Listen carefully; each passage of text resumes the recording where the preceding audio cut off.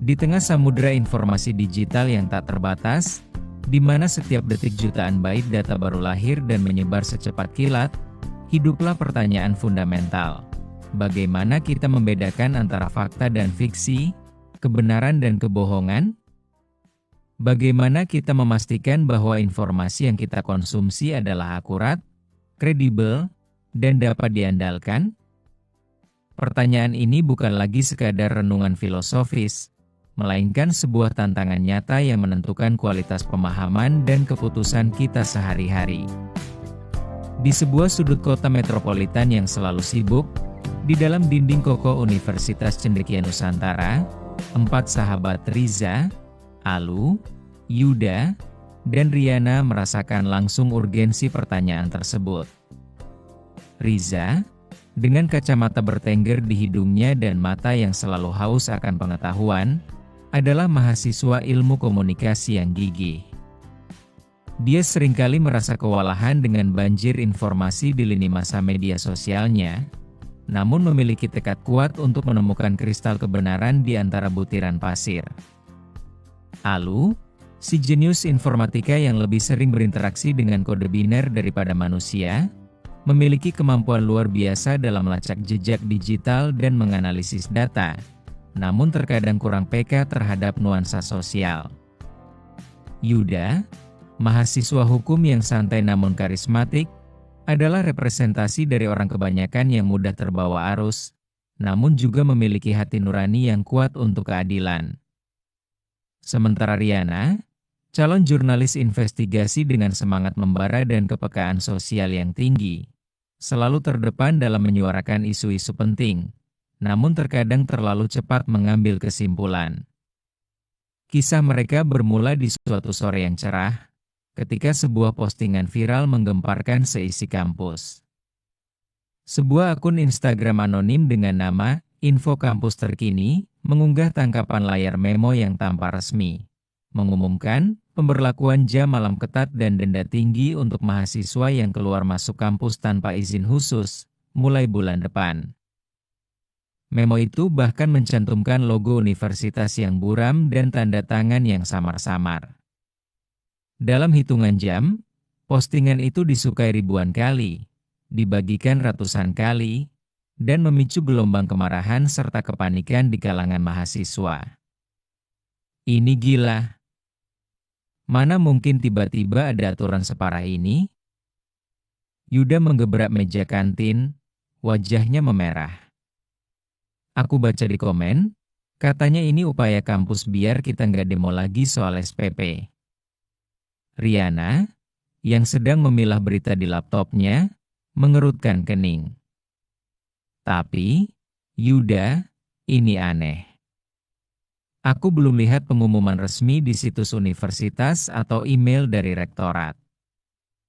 Biasanya aturan sepenting ini pasti diumumkan secara formal. Riza, yang sedang memindai setiap detail memo palsu itu di ponselnya, menambahkan, fontnya juga sedikit berbeda dari dokumen resmi kampus yang biasa kita terima. Dan tanda tangannya, ini kok mirip coretan anak kecil? Alu yang sejak tadi hanya diam, menyeruput kopi dinginnya. Gambar logonya juga agak pecah kalau di zoom. Kalau ini memo resmi, kualitasnya pasti lebih baik. Aku bisa coba cek sumber asli gambar ini. Perdebatan di kantin itu menjadi titik awal bagi keempat sahabat untuk menyadari bahwa mereka harus bertindak. Gelombang misinformasi ini bukan hanya mengganggu, tetapi berpotensi memecah belah komunitas dan menciptakan ketidakpercayaan terhadap otoritas yang sah. Mereka memutuskan untuk membentuk tim kecil, menamai diri mereka penjaga informasi, dengan satu tujuan, membongkar kebohongan di balik postingan viral tersebut dan mengedukasi rekan-rekan mereka tentang pentingnya literasi digital. Langkah pertama mereka adalah melakukan verifikasi sumber. Alu mulai melacak akun Instagram Info Kampus Terkini. Akun ini baru dibuat 3 bulan lalu, dan semua postingannya adalah gosip atau rumor belum terverifikasi, Alu mengumumkan setelah beberapa menit mengetik di keyword-nya. Tidak ada informasi kontak atau identitas pemiliknya. Ini ciri-ciri akun penyebar berita palsu. Riana menambahkan, aku sudah cek arsip berita kampus dan juga grup-grup WhatsApp dosen. Tidak ada satupun informasi tentang jam malam ini. Kalau memang ada kebijakan baru, pasti sudah dibahas dalam rapat senat universitas. Riza mengambil alih tugas membandingkan.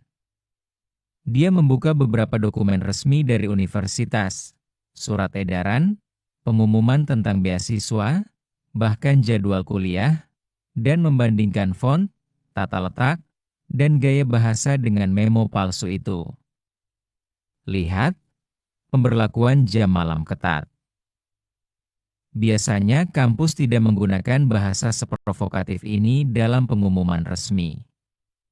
Mereka cenderung formal dan netral, jelas Riza, menunjuk perbedaan kecil namun signifikan.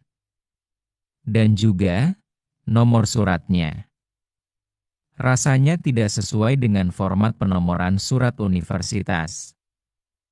Yuda, yang awalnya paling emosional, mulai melihat pola.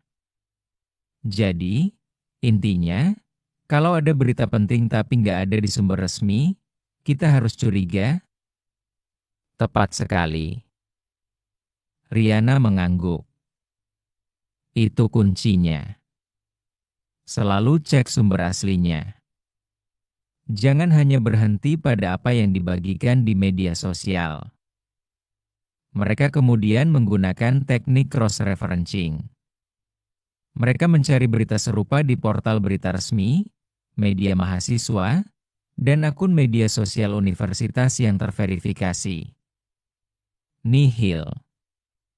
Tidak ada satupun berita tentang jam malam ketat itu. Mereka bahkan mencoba menghubungi beberapa staf administrasi universitas secara langsung. Oke. Ibu Lia dari Biro Kemahasiswaan bilang tidak ada kebijakan baru terkait jam malam, lapor Yuda setelah menelepon. Dia bahkan tertawa dan bilang itu pasti ulah oknum iseng. Langkah selanjutnya adalah menganalisis konten secara kritis. Riza menunjukkan bagaimana narasi dalam memo palsu itu sengaja dirancang untuk memprovokasi emosi. Kata-kata seperti denda tinggi, tanpa izin khusus, mulai bulan depan, menciptakan rasa urgensi dan ketidakadilan yang memicu kemarahan dan menyebarkan berita lebih cepat tanpa sempat dipikirkan, jelas Riza. Ini adalah taktik yang sering digunakan untuk menyebarkan hoaks. Alu kemudian melakukan reverse image search terhadap logo universitas yang ada di memo palsu itu. Ini dia, seru Alu. Matanya berbinar. Logo ini diambil dari salinan PDF jadwal kuliah lama yang kualitasnya memang rendah. Sangat berbeda dengan logo resmi yang diunggah di situs universitas, yang resolusinya tinggi dan jelas. Mereka menemukan bahwa memo itu hanyalah screenshot yang dimanipulasi secara digital, menggunakan elemen-elemen yang terlihat resmi untuk mengecoh pembaca. Proses ini memakan waktu dan membutuhkan ketelitian, namun setiap penemuan kecil memperkuat keyakinan mereka. Mereka juga menyadari pentingnya konteks. Mengapa isu jam malam ini muncul sekarang? Apakah ada peristiwa lain yang mungkin melatar belakangi penyebaran hoaks ini? Riana, dengan insting jurnalisnya, mulai menggali lebih dalam.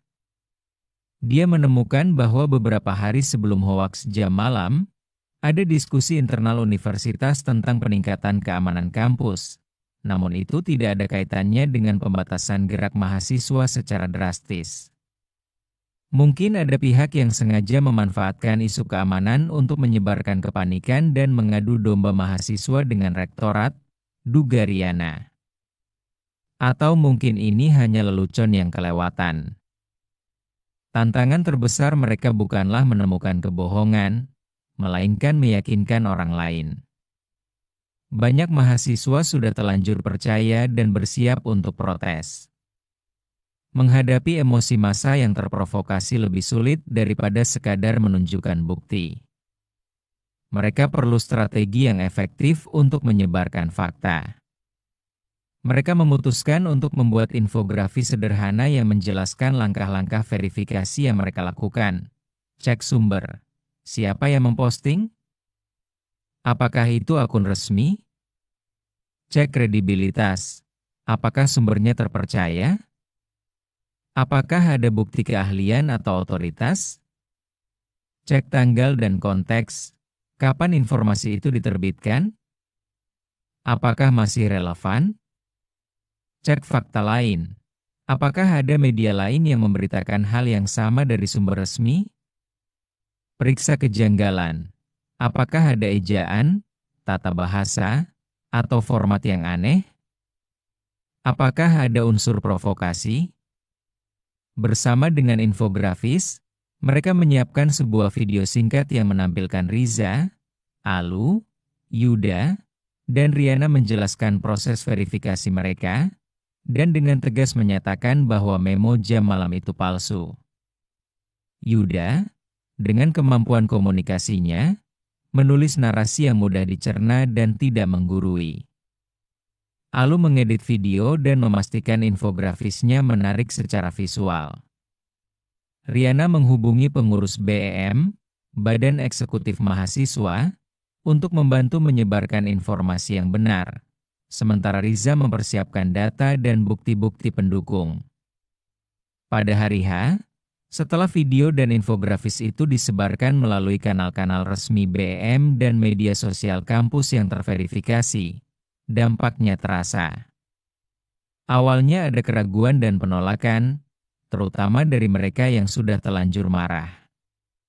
Namun, dengan bukti yang jelas, penjelasan yang sistematis, dan kesaksian dari staf universitas, perlahan-lahan kebenaran mulai terlihat.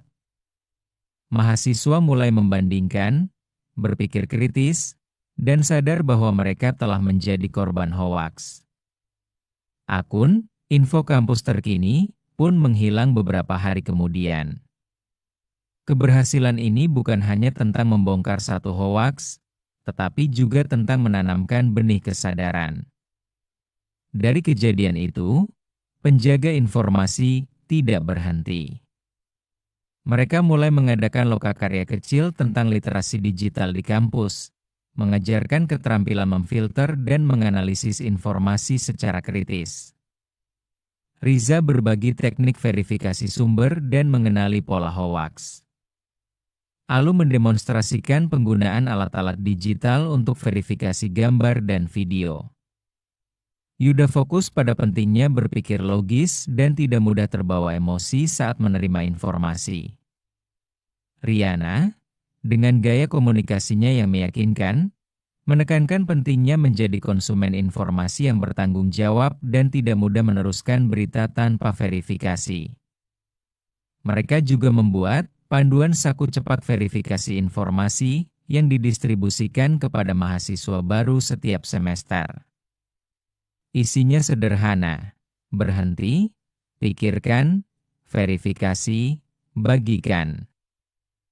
Ini menjadi mantra baru di Universitas Cendekia Nusantara.